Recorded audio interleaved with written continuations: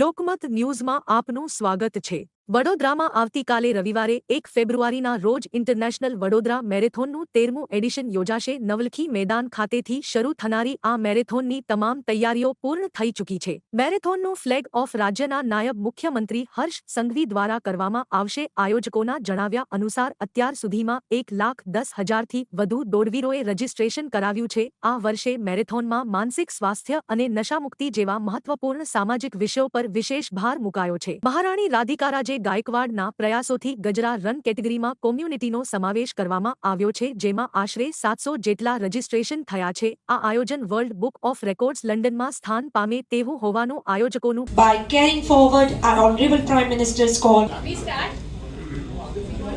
The Kinnari Haryani Char Zone मंत्री श्रीનું એક બહુ મોટું અભિયાન છે સ્વચ્છ ભારતનું।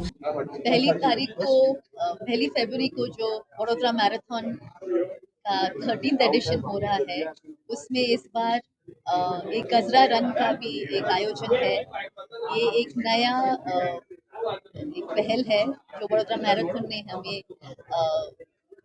सौंपी है और श्री माणी चिमना भाई श्री उद्योगालय बहुत आभारी है वडोदरा मैराथन का कि एक गजरा रन जो inclusivity, women empowerment, mental health के लिए एक पहल है, उसका एक प्रयास हम वडोदरा मैराथन में भी लाएंगे।